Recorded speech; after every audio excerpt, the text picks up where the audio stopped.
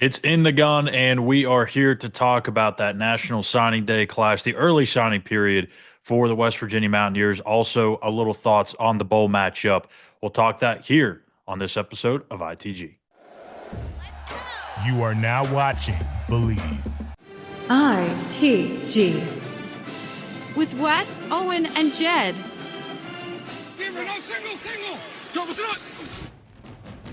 I've got the best teammates in the business here, all right? No way! They both played the game. They both know the game. Owen is the runaway beer truck known for having some fun. Owen Schmidt, you have a podcast in the gun. Owen Schmidt, like a runaway beer truck down the sidelines. Jed is the signal caller who is the X's and O's and the brainiac. First of all, Jed's research is pretty impressive. So we've combined those two skill sets. Skills I've acquired over a very long career. You are in the gun. Once you enter this family, there's no getting out. In the Gun, episode 219. I'm Schuyler, Callihan, and that is the signal caller, Jed Drenning. It's been a busy week, folks. New coaching, the coaching change, signing day, some guys entering the portal. And oh, by the way, we've already got the bowl matchup, which was announced earlier this week. The Mountaineers will be taking on the Memphis Tigers in the Scooters Coffee Frisco Bowl.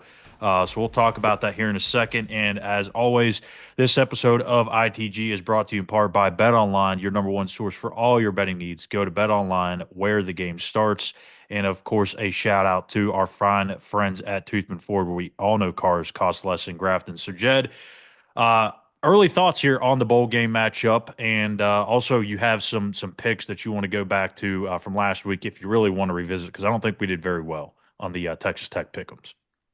We didn't do well with our prop bets, but yeah, early bowl game is good for everybody. Keep the kids together.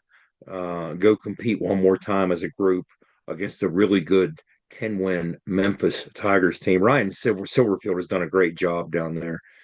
Seth Hennigan is a program-style quarterback. He's been there forever. He's a 4-year starter. He runs the point on a very effective offensive attack. They do some interesting things on the defensive side.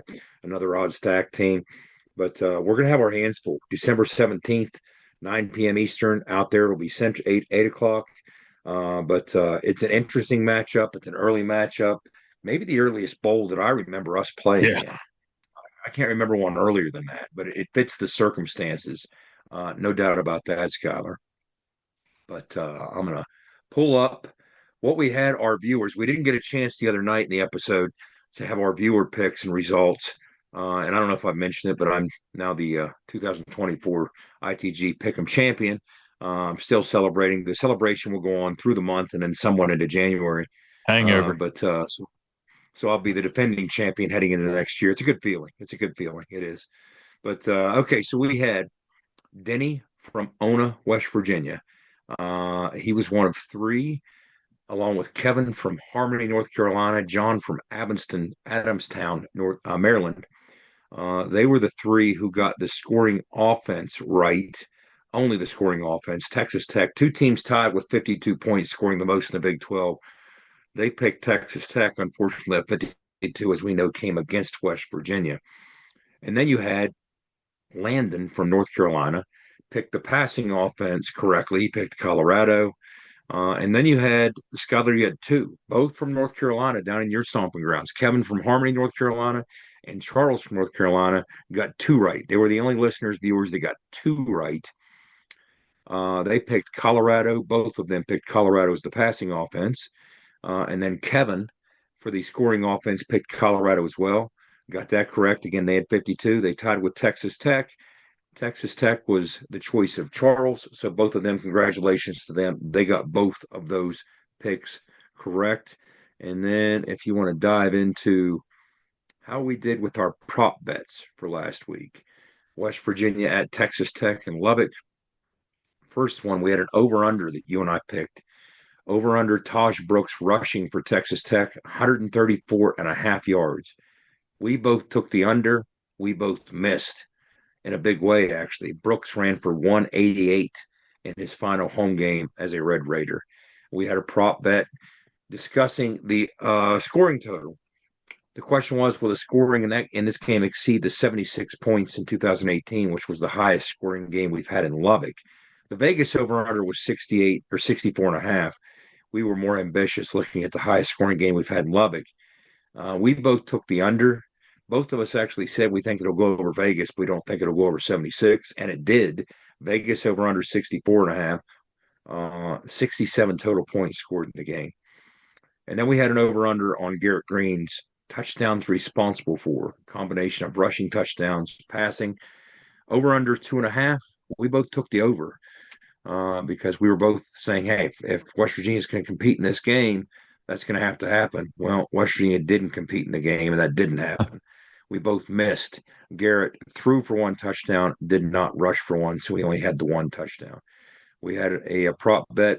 Which quarterback will account for more total yards, rushing and passing? Tex Barron Morton or Garrett Green? If you remember, surprisingly enough, Garrett actually was averaging more yards combined rushing passing per game going in than was Barron Morton. Like, was it 263 to 252 or something like that? You picked Barron Morton. I picked Garrett. Barron Morton threw for 359, ran for -4, ending up with a net of 355 combined yards. Garrett threw for 265, ran for 7, so he had 272. So you got that one correct. And then we had a bonus pick that you threw in there. Who will be the game's leading rusher? Will it be Garrett or will it be Brooks? We figured it would be one of those two. I took the low-hanging fruit, which was Taj Brooks.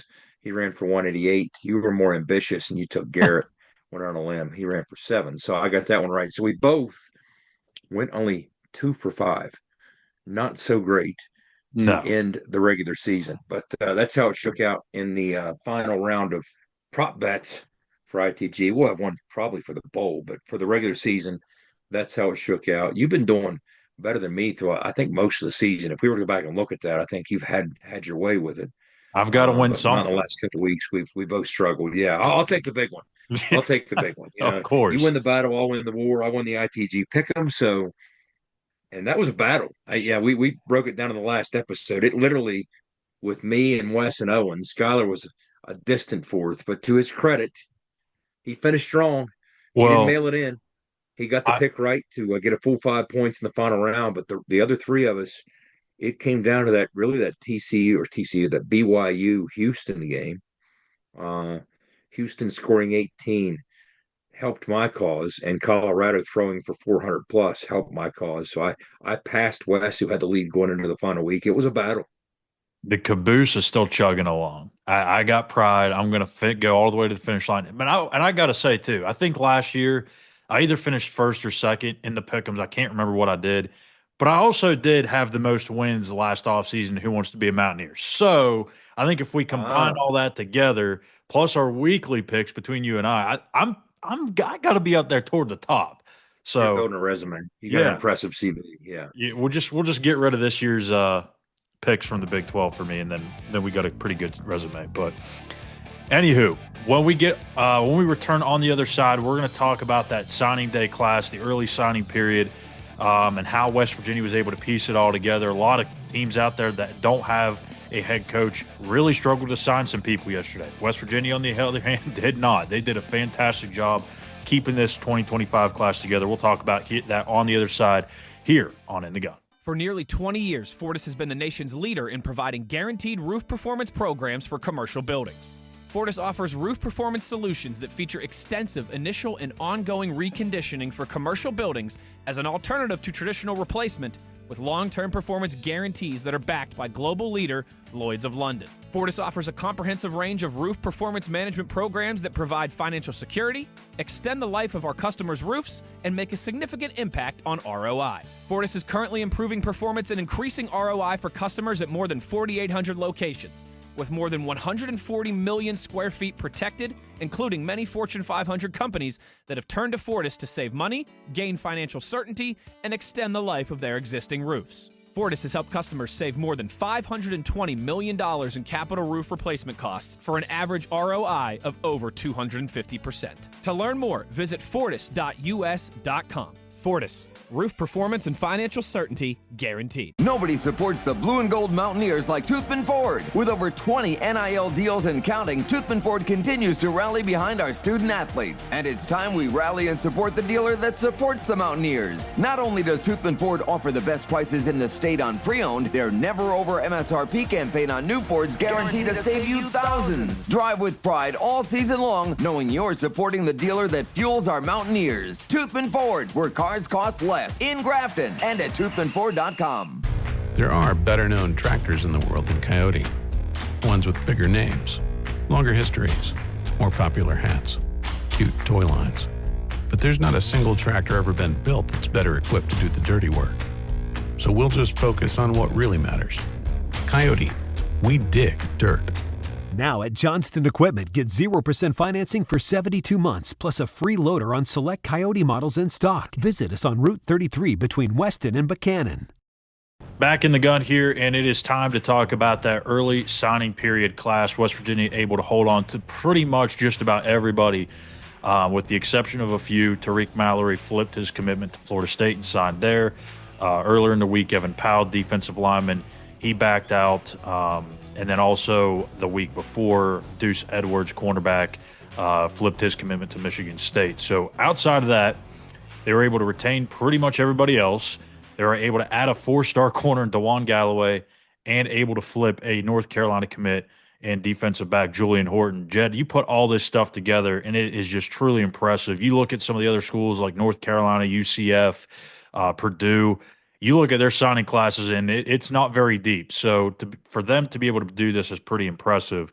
I'll get your thoughts on that here in a second, but I want to give a shout-out real quick to our friends at Fortis for roof performance and financial certainty guarantee. Be sure to visit fortis.us.com. Jed, initial thoughts on what the staff was able to do in putting this class together, or keeping this class together, if you will.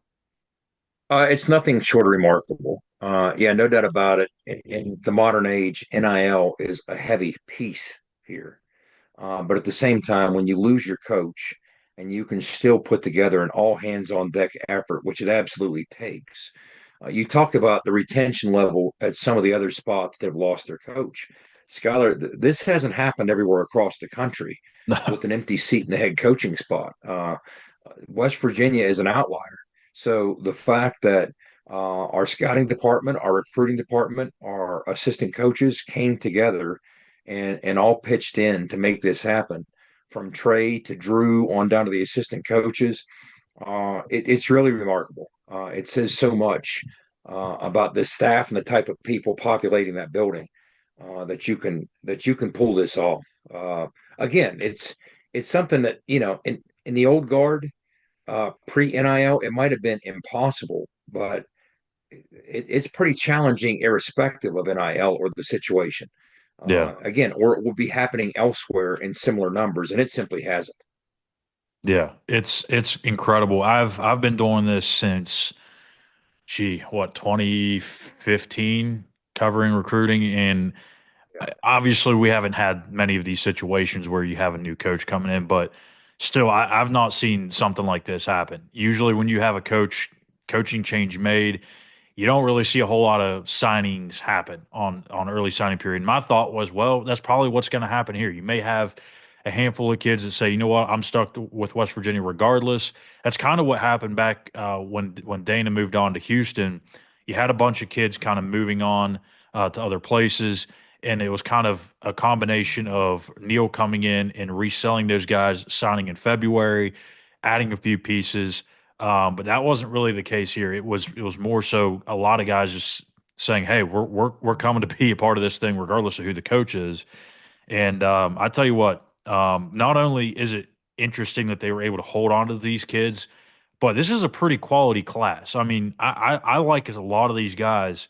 We can start on the defensive side of the ball first. And to me, the one guy that really just stands out to me is Amir Leonard Jean Charles. I think he's going to be a really good player, multi-year starter. I think he's going to be able to wreak havoc. Maybe as a true freshman, depending. Again, it's so hard to kind of gauge because you don't know who the head coach is going to be, what defense they're going to run. It's really hard to kind of dive deep into the weeds of these kids because of that. But just from a pure talent and skill set standpoint, Amir Leonard Jean Charles is a guy that stands out to me. Michael Hasty, linebacker. I think he's a kid that could probably play in just about any defense. He flies all over the field, tackling machine. Um, the cornerback, DeJuan Galloway, who they were able to get the former Purdue commit, he's got early field access, I believe, in Morgantown. And then Chris Filippo, who I think's got a body to come down and play the linebacker. He's a safety right now, but really good tackling in space. He can cover well, which is something that West Virginia's kind of struggled with at the linebacker spot. So some interesting pickups there on the defensive side of the ball. Anybody that sticks out to you? Yeah, well, I'll follow up on Leonard Jean Charles. What's intriguing about him is he played. Okay, let's say that you still stay in an odd front, which you need a two gap nose guard that holds the point. Or let's say that you go to an even front and you have a one gap disruptor. Um, you saw him do some of both. Yeah. What I'll do is I'll share some of my notes when I was breaking down tape on him. He's an unyielding football player. He's an unyielding defender. He's a force in the middle. He impacts plays. He doesn't stop fighting. You'll see him oftentimes get held, fights his way or breaks his way free and pursues all the way to the sidelines. He often pursues one of these guys, these defenders who has the hustle and burst to pursue from the backside to track things down. So often against zone run schemes, you see that be so beneficial. And obviously, we've seen a lot of zone run and will continue to in the Big 12. He both held down the nose in the odd front. He was eating space and occupying double teams. But as we mentioned, he also played a lot of one gap and an even front. He's effective as a one gap pass rusher. So if you are an even front football team, he's shown flashes of that. He pushes the pocket right into the quarterback's feet, into the quarterback's lap. Trust me, that's a big problem for opposing offenses. That's a different style or a different type of pass rush as opposed to off the edge. He's incredibly strong, incredibly explosive, and it just led to a lot of very disruptive play. He has some size. Oh yeah. I mean, this is a kid that could show up, weighing 3 bills, and then when you let the strength staff get a hold of him, who knows where it goes from there. I'll follow up on some of what you said about Chris Filippo. He's interesting frame. He's 6'3", 210, runs like a safety, but you could easily see him maturing physically into a linebacker. The word that I started my tape breakdown with was physicality. Yep. Mountaineer fans will absolutely love this kid's physicality. You see him scream downhill with bad intentions, often from a deep safety spot, looking for contact, scoping things out. He was looking for a reason to attack the line of scrimmage and blow somebody up. He's an old school defender. It was very obvious from watching his tape that he loves collisions. You'll see him stonewall runners in short yardage situations. You have to love that. Goal line and short yardage. He knows how to dislodge the football. You'll see him forcing turnovers, a lot of fumbles forced. He also has a good sense of when to throttle down. So that helps him tackle well in space or in the open field. That's one of the knacks that these defenders who are great in space have. Sometimes people just come hell bent for leather and overrun things. That's not the case with him. He controls his body very well in space. He plays like he understands when you see him in pass defense, like he understands route combinations. Some defenders simply don't. In other words, when you have a defender who understands a route combination, Gary Patterson, when he was at his peak at TCU, used to get former quarterbacks to play safety in that defense. Why? Because they understood route combinations. When they saw one receiver doing one thing, they understood that they could expect the other receiver to do another thing. You see some of that in Chris Filippo's game, and it puts him in great position to get a jump on the throw. And then offensively, you saw them use him in interesting ways. It kind of just showcases his athleticism. When he did get the football, sometimes they're on jet sweeps or routes out of the backfield. It showed his burst. It showed his athleticism. But yeah, I agree. He's another guy that I think you should be excited about if you're a West Virginia fan on the defensive side of the football. Yeah, there's a lot of these guys that I think have a lot of versatility to them. But one guy really two guys that I would be ecstatic about if I'm this new coaching staff. Ramondo Johnson, pass rusher. Wilnerson Telemac, he's to me, I think there's more there from a pass rushing standpoint. I think it's going to have to be a little bit more developed, but he can set the edge. He's a good run stopper. Those two coming in, I think, are going to be big helps for that defensive line right away. And when you look at Telemac, that's a kid whose frame is very intriguing and very interesting. He already has length. He already has size. Another kid that you can build on. He's going to be pushing 260 when he shows up, or at least in the 250 plus range. And at 6'6", that's really something exciting that you can build on. So yeah, I think there were some pieces across this defense at all three levels that they did a good job of addressing. When you look at one of the guys that we managed to flip, the Galloway kid, the defensive Yeah. back, he's incredibly raw. He plays in the Columbus, inner city league. That's very raw football, rough around the edges, but he has just incredibly unique speed. And that's the type of thing. He has that one X factor that you simply cannot coach. So there's some exciting possibilities anytime somebody shows up with that kind of burst, and he really does. So, yeah, intriguing. I think that on all three levels of this defense, there were different things that were unique, different things that you could be excited about under any circumstances. But the fact that, as we said, you can lose your head coach in a matter of hours before you have to finalize this class and still manage to not only retain the lion's share of it, but actually flip some kids. Yeah. That's almost unprecedented, right? It makes Flip no kids sense. without a head coach. So, well, when you talk to those who were involved on staff behind the scenes, it's what you would expect happened to make these types of things happen. They were all pitched in, all together, on the phone, working the phones, making the pitch, selling the program, working deals, all the types of things that you thought you would have to do. And for this kind of class to come together under these circumstances, it's just pretty remarkable. But Schuyler, we've hit on the defensive side of the football, but if you look on the offensive side of the football, I mean, we can get to some of these other guys, but I would start with the Buchanan kid. Oh, yeah. Um, Talk Again, about Matt Moore's a size. big relationship guy. Matt Moore was involved in this. Yeah. I mean, Matt Moore has no idea if he's going to have a job when this new coach is hired. Yeah. And yet he was still involved in finalizing the recruitment of this young man. And when you look at what you see out of Buchanan, first of all, good counsel, you talk about quality football. That is a high quality program in the state of Maryland. You're talking, first of all, we got Kyle Tuner out of there on the roster right now. This is the program that's produced Stephon Diggs, Sam Mustipher. A lot of NFL talents come out of good counsel. Buchanan's a giant of a man. He's a very big human being, 6'8", 300 plus pounds, plays with a lot of energy for a guy his size. He runs well when you watch his tape. Good kick with that first step in pass pro. Obviously, a very wide wingspan, and that helps him. Sometimes you'll see him overstep and miss a defender in pass pro, but that wingspan helps him get a piece of them and kind of redirect. Uh, they used him in space. He seeks and destroys. Nothing is worse or worse news for a linebacker on the second level than to see him peeling out in space and bearing down on you with a 70-pound weight advantage and probably a 6 or 8 foot height advantage. He's just a mountain of a man. He has a good feel in zone run schemes. Irrespective of what offense you're running, you're going to have some element of that.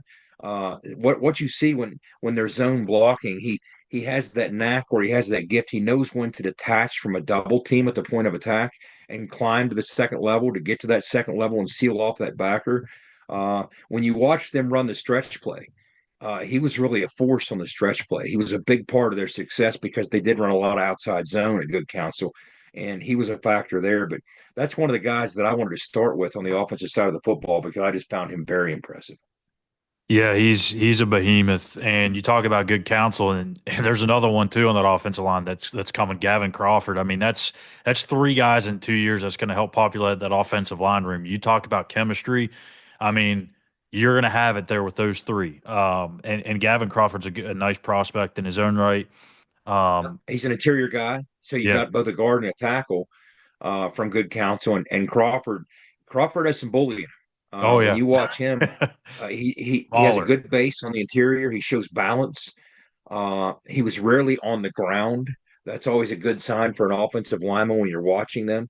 That's one of the things that a scout wants to see. He's very comfortable in his stance. He loves to initiate contact, and he keeps his feet moving after first strike. That's something else that you want to see. There were times that he blocked literally till his helmet came off and then kept on chugging. So he's a physical kid. You'll see him wipe one defender from the play and then hunts for another.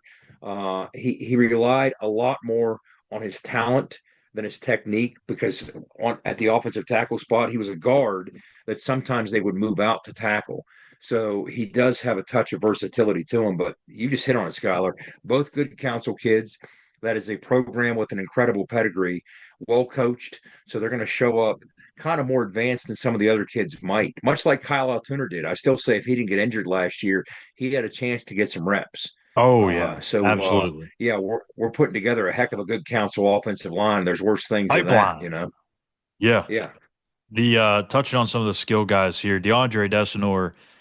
Wow. When I watch his film, I mean, it's explosive after explosive after explosive, home run ability.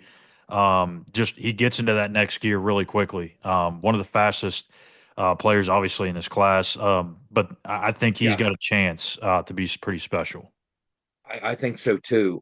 Compact kid, 5'8" 5'9", 175, Florida speed, a very exciting football player, a great burst. You'll see him get to the edge very quickly. He has short area twitch, but he also has that extra gear once he breaks into the secondary. That's one of the things that stood out with him on tape. He has an incredible jump cut, and he's very decisive as a runner. So he doesn't try and look two or three different ways. He makes his choice and he hits it. He has a nose for the end zone. You'll see him in the red zone. He'll sell out and do anything to get to the end zone, take whatever angles are necessary and use his speed and use his burst. Good contact balance. A lot of times you talk about contact balance when a runner in space is going to get jarred around by one or multiple defenders. Can he keep his feet, or does he hit the ground? So often you see the Desanor kid keep his feet and chug on ahead. He has a skill set that made him incredibly dangerous as well. We talked about the stretch play from the O-line standpoint, but you'll see him make the appropriate decisions. How many times we heard Owen talk about the decisions that need made on that stretch play on that outside zone? He was incredibly dangerous at that. He has a very compact build and not a big guy, but loves physicality. And you'll see him sometimes as a lead blocker in the run game show that he likes or loves physicality. And you wouldn't be surprised by this, but we talked about how decisive he is as a runner. So often that skill set lends itself to special teams in the return game, and that was absolutely the case. It made him a special teams weapon, very dangerous return specialist, both in the kickoff return phase and in the punt return phase. But that's something that really showcases his vision, his agility, and his decisiveness. So once again, another guy. We've had this run of very talented young backs in the last handful of years, and I think he fits right into that. One more skill guy I want to get your thoughts on before we get to the signal call. I mean, what kind of show would we be having here if we weren't talking about the quarterback with the signal caller on? But Jackson Acquiardi, or Acquiardi, I'm not sure exactly how you pronounce it, but big tight end. You're losing Cole Taylor, so you'd like to think that you can find another big body like that at that position. And, well, here you go. A guy that to me seems like he's pretty developed as a pass catcher. It's easy to spot him. Big man. You're already talking about 6'7". He's a little lean, which you would expect. He comes in weighing about 2.25, so he's obviously going to pack on a lot of weight. But physical kid who liked to play up in that Wisconsin weather. Again, when you're watching tape, his size jumps out, but he's also a very athletic kid for his size. Sometimes they would put him out wide just to get isolations and single him up. Sometimes they would use him in the slot, and I don't mean just in a Y flex. I mean in a true slot, just to get matchups, because he was such a threat in the pass game. His size makes it almost impossible to defend him on 50-50 throws, because you'll see him on the perimeter so often high point the football. So he doesn't take anything for granted. He uses his size, but he also uses his athletic ability to leap into space to make it even more difficult. He was a big play threat when they isolated him. He had very soft hands. And again, you might not expect this out of a guy that's 6'7", 225. He's kind of still getting his skis under him, but he had good vision in space. Mm-hmm. And he was a physical pass catcher, fighting to come down with some of these balls. He used his size to fight for the football, but he had decent hit bend. But with his weight, his leverage will have to improve as a run blocker. That's something you're going to see. and that's to be expected for a freshman coming into that size, that position. He does finish his blocks. And that's one of the things that you won't have to coach. He's physical to the whistle. A lot of defenders faced against him end up on their backs, something else you want to see, not because of his strength, but because he just simply overwhelms them with his tenacity. So as he gets stronger and you plug that tenacity in, that's going to be a great combination. Good job blocking in space. Once again, if you're going to continue to use zone concepts, we don't know what the future holds for the West Virginia offense because we don't know who the coach will be, but there'll be some element of zone blocking involved in it. And obviously, you would expect a guy with this kind of frame and this kind of size to be a weapon in the red zone. And that was absolutely the case. They moved him around to take advantage of his frame in the red zone. So that kind of size helps you there as well. So I agree with you. I think that's another guy in that tight end room as we continue to build towards what we want it to be like. You want to have size, you want to have athleticism. I mean, the model was always that group that Iowa State had. Yeah. When they'd run so much 13 3 and personnel with 4. 3 really talented tight ends. And at the time, we weren't there. But you've seen over the last couple of years, we've worked towards getting there. And these types of body types, we had a true freshman in Jackson Marco logging a lot of quality reps. He's going to be another guy that is going to build towards something. If you can retain him, keep him around, add this kid, yeah, this room continues in a trajectory that you want to see. Absolutely. And we'll round out our thoughts here on the quarterback, Scotty Fox from Mentor, Ohio. I like this kid. I got to be honest, when I watched his junior tape last year, whenever he committed, I was kind of like, okay, I can see it. I can see there being some potential here, but I wasn't overwhelmed. I wasn't like, oh my goodness, this kid could maybe come in and be a multi-year starter. And then I saw a senior tape and I said, this is a different kid. I think he's more confident in his game. I think he throws the ball with more conviction. And this year, too, he was a little bit more confident with his legs. Last year, he didn't really use his legs a whole lot. He ran for like 300 some yards, 7 touchdowns. He showed this season that he can be a true dual threat quarterback. And one of the things that really appealed to me, Schuyler, and I have a soft spot for this, is he had a very quick release. Mm-hmm. I mean, I kind of modeled a lot of my game. That was a central part of what I tried to focus on when I was playing was a quick release, get it out fast before the defensive backs with the linebackers, the defenders can decide. And that's one of the things that stood out on Scotty Fox's tape. He stood tall. And kind of had the guts of a burglar. I like to say he would take a lot of shots in exchange for a big throw. Sometimes you recognize as a quarterback, look, I only have so many in to block. I can get into a play that I can get it out fast and have a quick answer throw, but the trade I'm going to have to make is one in flesh because you're going to have a free defender bearing right down on me, and you would see him willing to make that trade, and he would make throws, accurate throws under pressure in exchange for those shots to the face. So that's something as a quarterback you absolutely want to see. He had good pocket presence. He was very slippery when looking to extend a play and throw on the run. That's one of the things that impressed me. He would get out of the pocket. He would use his burst or his athleticism to get out of the pocket, not to run necessarily, but to look to extend a play and maximize that pressure on the back end, on the secondary, and make those throws. He was very shifty when he was in space. His athleticism surprised me most. That's probably the one part of his game that I didn't expect to jump off the screen, and it did. It did show up as you touched on in the run game, and he was a little more daring probably in more recent tape. But he battles for that extra yard in short yardage situations and otherwise. He's willing to run through the briar patch in the red zone. In other words, when you have these short yardage situations, and we're in the red zone, one of the things that stood out to me, a lot of his carries weren't on the perimeter. They were actually between the tackles. You would have quarterback isolation plays. That takes a special breed of quarterback to be willing to do that type of thing. So that physicality and that willingness showed up. He played behind an offensive line, and this is one of the other things that had very obvious limitations. Yeah. That offensive line had some issues, and he kind of helped them out. He was the deodorant for a lot of problems for that offense or that offensive ecosystem that he was immersed in. And that's where that really showcased his escapability because he needed a lot of escapability with that offensive line. Excuse me again. Here we are in the coaching cycle, so I'm getting phone calls. But they threw him with him on the run. often that was one of the things, a testament to that coaching staff. They recognized the shortcomings of that offensive line. So they tried to move the launch point to help him out, and it resulted in him throwing on the run outside the pocket quite a bit. And it showcased his ability to do that. He was able to throw on the run.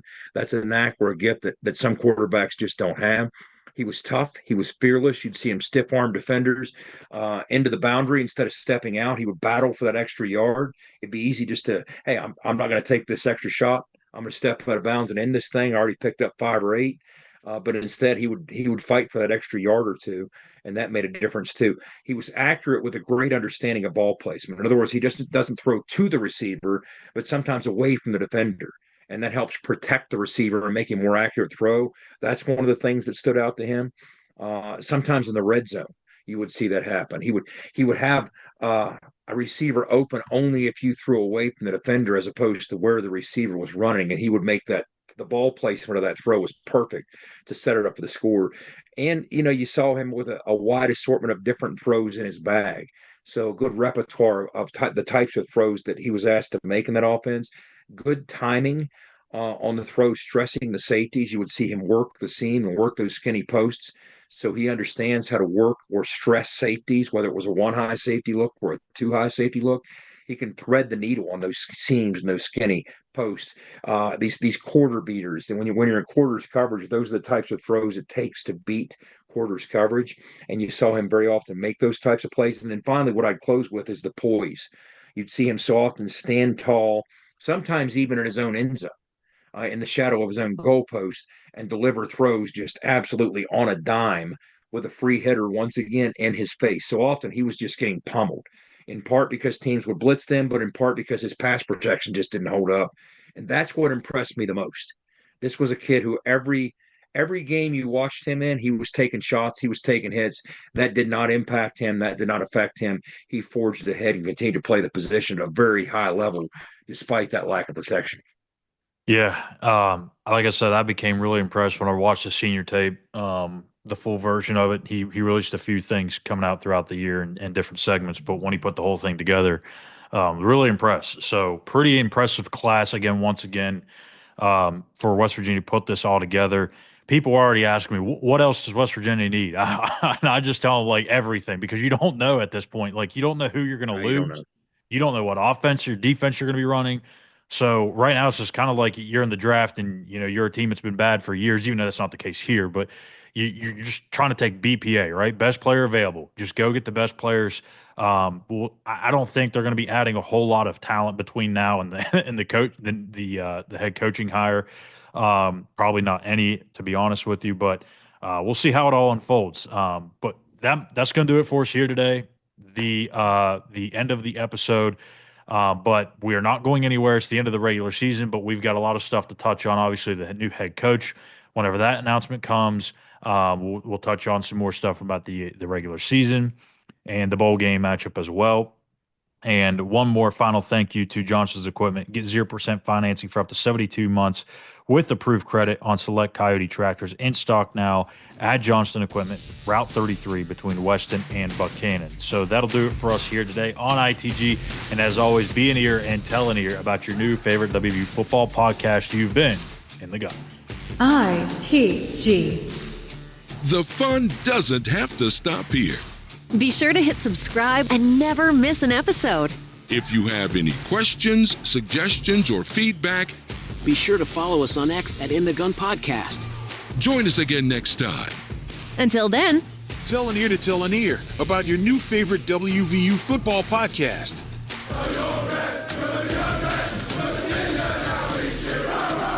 This mission is over. It's over.